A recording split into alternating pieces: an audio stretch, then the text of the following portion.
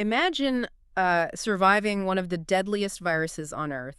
You endure weeks of agonizing symptoms. You're subjected to intense medical Which intervention. is absolute exhaustion. Right. And finally, your immune system clears the infection, you get a clean bill of health, only to find out, months later, that the virus is still alive, literally hiding inside the fluid of your eye. It is a terrifying reality for survivors. And it completely upends how we normally, think about infectious diseases and recovery. Because usually when we talk about a medical diagnosis, there's this expectation of precision, like engineering. You break your arm, the X-ray shows a jagged white line, and the doctor just points and says, there it is, broken. It's very clean. Yeah. Exactly, clean. But then you step into the world of extreme virology, and suddenly that X-ray machine is broken.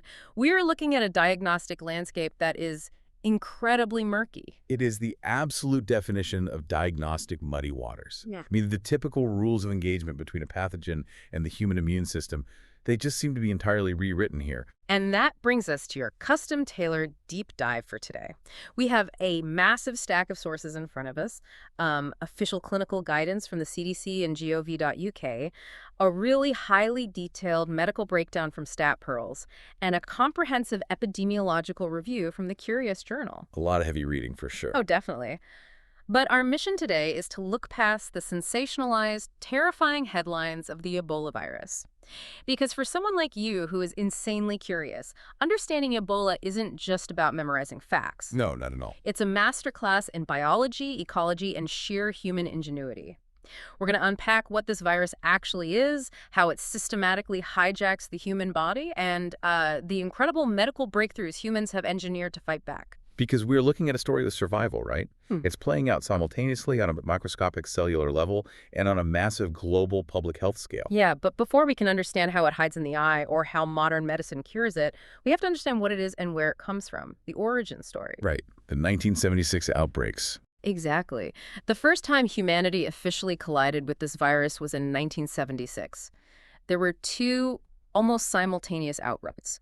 One occurred near the Ebola River in the Democratic Republic of Congo, which is obviously where it gets its name. Right. And another happened in Sudan. And, the mortality rate during those initial encounters was absolutely staggering. The historical epidemiological data from the sources notes that in the 1976 DRC outbreak, the fatality rate was around 88%. Wow, 88%. Yeah, it completely overwhelmed the rural communities it touched, just leaving behind devastation that scientists at the time really struggled to comprehend. And when scientists finally isolated the pathogen, put it under an electron microscope, it didn't look like your typical spherical virus like the flu or the common cold. No, it looks completely alien. It really does. It belongs to a family called Filoviridae. The name actually comes from the Latin word for thread. Right. And the images from the CDC describe it perfectly. It looks like this long, filamentous, twisted thread. Sometimes it, loops back on itself. Yeah, it looks a bit like a knotted shoelace. Exactly. And over the decades since that 1976 discovery, virologists have identified several different species of this virus. Right. There is the Zaire Ebola virus, which is the most common culprit behind the really large outbreaks and the most heavily studied. But there's also the Sudan, Bundibugyo, and Thai forest viruses. And all of these specific strains cause severe disease in humans. But the virus didn't just magically materialize out of thin air in 1976. It was already there. Right, living quietly in what the Curious Journal calls a natural reservoir. And the prime suspects for this reservoir are African fruit bats. Yeah, the virus circulates among these bat populations in the dense forests, but crucially, it doesn't seem to make the bats sick. Which is wild. It is. They are the silent carriers. They're just flying through the canopy, shedding the virus in their droppings or saliva without suffering any ill effects themselves. Okay, let's unpack this. Because how does a virus go from hanging out harmlessly in a fruit bat to causing a catastrophic human epidemic? The sources refer to this as a spillover event. Right. And I was thinking about this dynamic. It's like a spark jumping from a contained fire pit into a dry forest. In the bat, it's just a contained, manageable fire. But when a human handles an infected animal in the wild, maybe it's a bat, or a chimpanzee, or a forest antelope. That spark jumps. Exactly, that spark jumps. And in a human or a primate, it causes a raging wildfire. What's fascinating here is why primates like chimpanzees or gorillas aren't considered the natural reservoir, even though they are frequently the intermediary that, passes the virus to us. Wait, yeah. If hunters are catching it from handling infected chimpanzees in the wild, why aren't the chimpanzees considered the reservoir? Because a true reservoir species has to survive the infection. The pathogen needs the host to stay alive, so the virus has a stable place to live and replicate long term. Oh, I see. Yeah. In primates, the Ebola virus burns through the host way too quickly. It is incredibly lethal to them, Rah. just as it is to us. Because it kills them off so fast, the virus cannot persist in primate populations over generations. That makes total sense. So it's just a dead end for the virus, basically. Exactly. The spillover event typically happens when humans hunt these animals for bushmeat, or when they handle the carcasses of animals found dead in the forest, unknowingly bringing that fatal spark directly into human communities.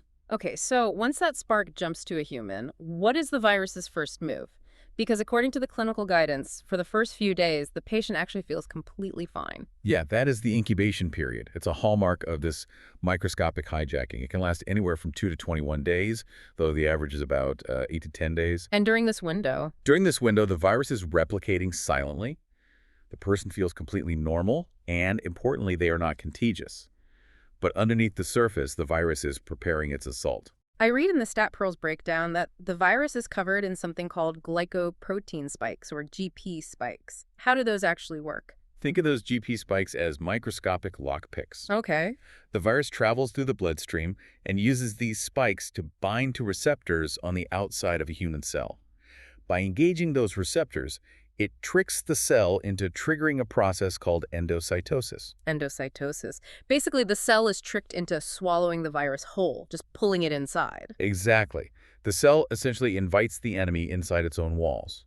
And once the virus is encapsulated within the cytoplasm of the host cell, it unpacks its genetic material. And then it just takes over. Completely. A specific viral protein known as VP30 kicks into gear. VP30 acts as the engine that initiates the replication of the viral RNA. The host cell's normal functions are completely hijacked. It's converted into a factory. Yes, a factory dedicated solely to churning out thousands of new Ebola virus particles. I mean, it's just brutally efficient. And this is the tipping point where the symptoms finally start, right? The clinical guidelines divide the illness into two distinct phases, the dry phase and the wet phase. Right, and the dry phase is notoriously deceptive because it mimics a lot of other common tropical illnesses like malaria or typhoid fever. Right, because it's just standard sick symptoms at first. Exactly. The patient develops a sudden fever, intense fatigue, severe muscle aches, maybe a sore throat. Early on, it is incredibly easy for a clinician to misdiagnose the infection. But then the illness violently shifts into the wet phase. And the descriptions in the sources here are just horrific. Severe diarrhea, intractable vomiting, and unexplained bleeding. The sheer volume of fluid loss is astronomical. We are talking about patients losing up to 10 liters of fluid a single day. 10 liters. It's hard to even wrap your head around. That level of rapid fluid loss sends the human body into profound hypovolemic shock. And hypovolemia simply means low blood volume. Right. Right. Your blood pressure plummets to critical levels because there physically isn't enough liquid left in your blood vessels to maintain the pressure required to pump oxygen to your organs. So your organs just start shutting down. Yeah, your kidneys and liver begin to fail simply from the lack of blood flow. And the bleeding, I mean, it's not just a symptom of a localized injury. It's a complete systemic failure. I noticed in the Curious Journal that patients are somehow clotting and bleeding at the exact same time. How is that even biologically possible? It is wild, right? It comes down to how the virus attacks the immune system. Ebola specifically targets mononuclear cells. Okay, what are those? They are a type of white blood cell that normally act as the immune system's frontline garbage collectors and first responders. When the virus infects and destroys these cells, they rupture. And when they rupture, they release a massive uncontrolled alarm signal, a biochemical wave known as a cytokine storm. Wait, cytokines are usually the proteins that help coordinate a healthy immune response, right? They are. But a cytokine storm is like every fire alarm in a city going off simultaneously, causing mass panic. This massive wave of cytokines causes severe inflammation throughout the entire body. Oh, wow. Yeah, it damages the inner lining of the blood vessels, making them incredibly porous and leaky. And at the same time, the virus is attacking the liver. And your liver is responsible for producing the proteins your body needs to form blood clots. Exactly. So now you have a situation where your blood vessels are leaking and your body is running out of the very proteins needed to plug the leaks. Furthermore, the massive inflammation causes your blood platelets, the tiny fragments that help form clots, to panic. They start clumping together randomly throughout your bloodstream. So you're getting blockages where you don't need them. Right. You develop dangerous microclots in your organs, consuming all your remaining clotting factors while simultaneously bleeding from your mucous membranes and IV sites. It completely disrupts the coagulation cascade. Which is just the medical term for the complex chain reaction your body uses to form a scab or a clot. Now, I want to push back on a huge misconception here. When we see Ebola depicted in Hollywood movies, we always see the dramatic hazmat suits. And I think that trains the public to believe the virus just jumps through the air like the flu or COVID-19. Yeah, that's a very common misunderstanding. But the CDC sources are very clear. You cannot get Ebola from someone simply coughing or sneezing across a room from you. Ebola is absolutely not an airborne respiratory virus. It is strictly transmitted through direct physical contact with infected bodily fluids. So blood, sweat. Blood, sweat, feces, vomit, urine, breast milk. It can also be transmitted through fomites. Fomites are objects, right? Right. Inanimate objects that have been contaminated with those infectious fluids, like soiled bedding, clothing, or medical needles. Which means the people at the absolute highest risk of catching this are the ones actively trying to help. Family members caring for their sick loved ones at home, and the healthcare workers on the front lines. If you look at the devastating 2014 to 2016 epidemic in West Africa, which recorded over 28,000 cases, a massive point of transmission wasn't just being in the treatment unit with the patient. What was it? The critical danger for healthcare workers was the process of doffing. Doffing.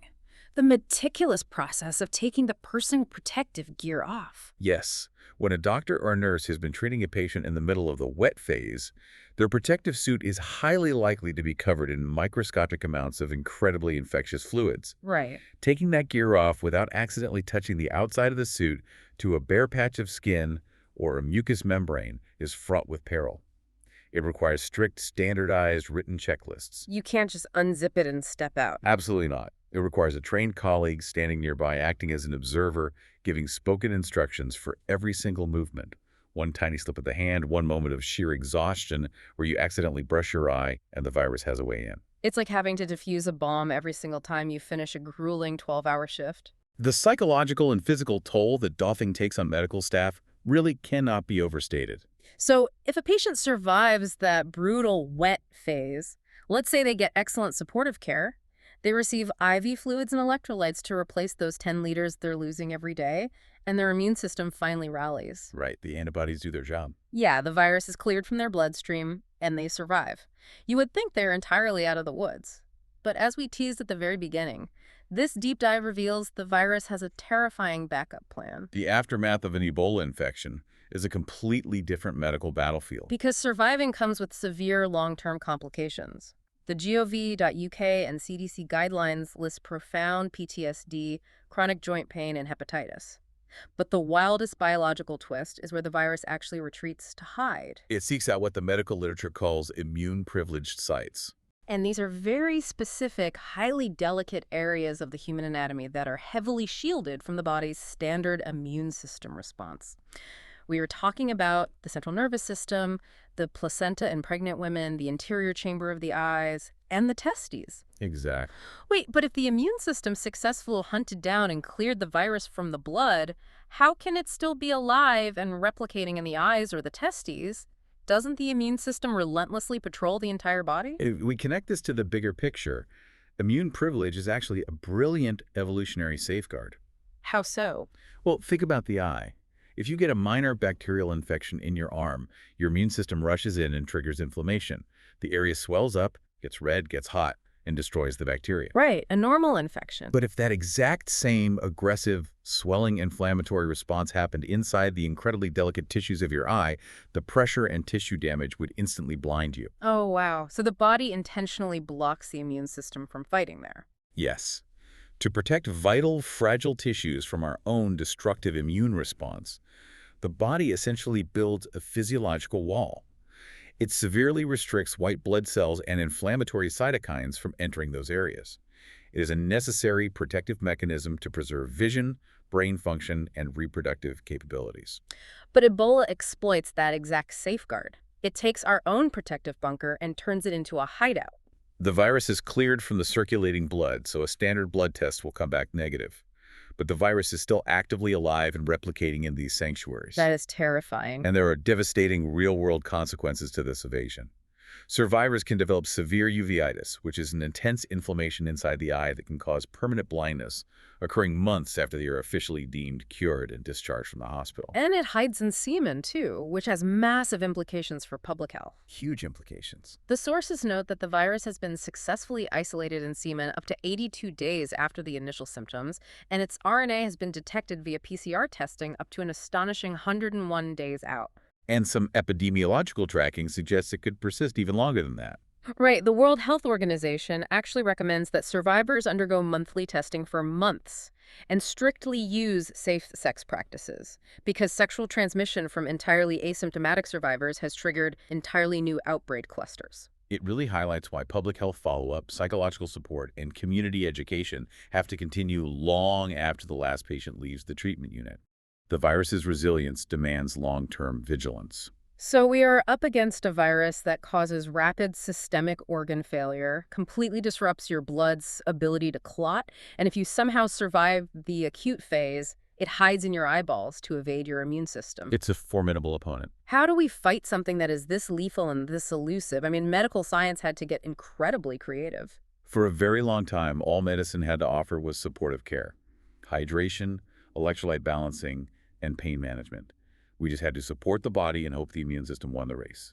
But recently, the human counterattack has made massive leaps, specifically with the development of monoclonal antibodies and recombinant vaccines. Yes, this is a huge turning point. Here's where it gets really interesting. Let's look at the pollen trial from 2019. This was a massive, randomized controlled study conducted during a complex outbreak in the DRC, and it definitively proved that targeted pharmaceutical treatments actually work. The trial evaluated several experimental therapies, and two clearly stood out for their efficacy. That's Inmazeb, which is a carefully formulated cocktail of 3 different monoclonal antibodies, and Ibanga, which is a single monoclonal antibody treatment. Just to clarify, monoclonal antibodies are basically laboratory-made proteins that act like targeted missiles, right? That is the perfect way to visualize it. These engineered proteins specifically target those glycoprotein spikes we talked about earlier. The lock. Exactly, the microscopic lockpicks the virus uses to enter a human cell. By binding directly to those spikes, the antibodies physically block the virus from engaging with the host cells. The virus is neutralized in the bloodstream before it can trigger endocytosis. Oh, so it can't even get inside the cell to start making copies. Precisely. In the Paul-M trial, patients who received these treatments saw their mortality rates drop significantly compared to those who didn't. But treatment is reactive. You have to wait until someone is already sick. In public health, you want to be proactive. You want a vaccine, and this is where human ingenuity just shines. Oh, absolutely. The breakthrough vaccine detailed in our sources is called Ervebo. Scientifically, it's known as RVSV ZEBO-V. And the way scientists engineered this is brilliant. The development of Ervebo really represents a monumental achievement in genetic engineering and virology. So scientists took a completely different, unrelated virus called vesicular stomatitis virus, or VSV. Now, VSV is an agricultural pathogen that mostly affects livestock, like cattle and pigs. In humans, it might cause a mild flu-like symptom for a day or two if it causes anything at all. Right. It is fundamentally harmless to us. So scientists took this harmless VSV and they genetically engineered it to wear the Ebola glycoprotein on its surface. They literally snipped out the genetic code for the Ebola GP spike and pasted it into the genome of the harmless VSV virus. So basically, they took a harmless sheep, dressed it up in a terrifying wolf's clothing, the Ebola glycoprotein jacket, and paraded it in front of the human immune system. I love that analogy. Right. That way, the body's guard dogs, the white blood cells, learn exactly what the enemy's jacket looks like, so they know exactly what to attack if the real Ebola virus ever shows up. The beauty of this approach is that because the engineered vaccine is a live replicating virus, even though it's harmless, it triggers an exceptionally strong and fast immune response. Faster than normal vaccines. Oh yeah.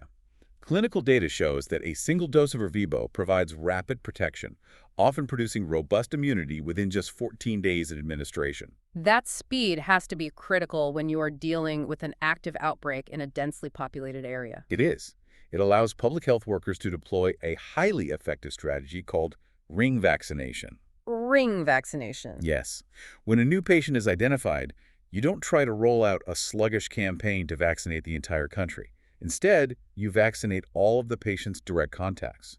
Then, you vaccinate all the contacts of those contacts. So you're building a wall around the virus. Exactly. You rapidly build a protective, immunized ring around the virus, creating a biological firewall that stops the transmission dead in its tracks. And it works. It has been a total game changer in recent outbreaks. But we do have to note a significant limitation mentioned in the CDC and gov.uk guidance. Yeah, this is an important caveat. These amazing treatments, Inmazeb, Ebanga, and the Ervebo vaccine, are currently only approved and effective for the Zaire species of the Ebola virus. While Zaire isn't the most common cause of the large explosive outbreaks we've seen historically, it means the global fight isn't completely over. Right. If an outbreak of the Sudan virus occurs, which is exactly what happened in Uganda in 2022, those specific monoclonal antibodies and the Ervebo vaccine aren't effective. Because it's a different jacket. Exactly. The Sudan virus wears a slightly different molecular jacket, so the immune guard dogs don't recognize it. It's an ongoing evolutionary arms race. So what does this all mean? Let's zoom out. We've traced this tiny, thread-like pathogen from its quiet, ancient existence inside African fruit bats all the way to its brutal, systemic hijacking of the human body. We've seen how it cunningly uses our own biological safeguards against us, hiding in our eyes and nervous systems. But we've also seen the incredible organized human response. The creation of recombinant vaccines, the engineering of targeted antibodies, and the sheer unquantifiable bravery of the healthcare workers doing the meticulous, dangerous work of barrier nursing and contact tracing in the field. They are the real heroes in this story. Absolutely. It really reminds you how interconnected our modern world is. A single spillover event, a hunter handling an animal in a remote forest, demands a rapid global scientific response. And in fighting these extreme fringe viruses, we end up learning fundamental truths about the mechanics of our own immune systems. We do. But nature always has a way of keeping humanity humble. Every time we think we have the viral landscape figured out, this raises an important question about what we still don't know. Oh, what do you mean? There's one final, incredibly fascinating detail buried in the epidemiological sources that we haven't touched on yet. Okay, lay it on me. We talked about the different lethal species of Ebola Zaire, Sudan, Bundibugyo. Yeah.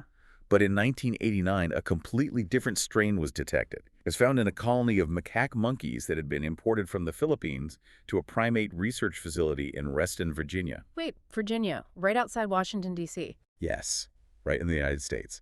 Virologists isolated it and named it the Reston virus. Under the microscope, it was a true, thread-like Ebola virus, and it was causing highly fatal hemorrhagic fever in the monkeys. Okay, that is terrifying. But here is the wild part. During those outbreaks in the facility, several human workers were exposed. They were handling the infected animals, cleaning the cages, breathing the air in the environment. And when scientists carefully tested the blood of those workers, they found Ebola antibodies. Meaning the virus actually got inside them? The spark jumped? The spark jumped. The Reston virus successfully entered their systems and triggered an immune response. But those human workers, they never got sick. Wait, seriously? Not a single symptom. Not even a mild fever. Wait, they caught an actual strain of Ebola and their bodies just brushed it off. 6 different species of Ebola exist, and for whatever complex evolutionary reason, the Reston virus, and possibly another strain called the Bombali virus found in bats, do not seem to cause illness in human beings. That is wow. They infect us, our immune system quietly and efficiently handles it, and we go about our day completely unaware. That is absolutely mind-blowing. It makes you wonder about the future of virology. We spend so much time and billions of dollars studying the strains that kill us. But what if the key to defeating the deadly strains of Ebola forever isn't just about engineering novel vaccines in a high-tech lab? Oh, I see where you're going with this. What if the ultimate secret to immunity is already hidden naturally inside the genetic code of the specific Ebola viruses that infect us without causing so much as a sniffle? It really brings us right back to where we started. We want the X-ray to be clear. We want to know exactly what we are looking at. But sometimes the most important biological clues are the ones hiding right in front of us, in the blind spots, just waiting for us to ask the right questions. Thank you for joining us on this deep dive for you. Until next time.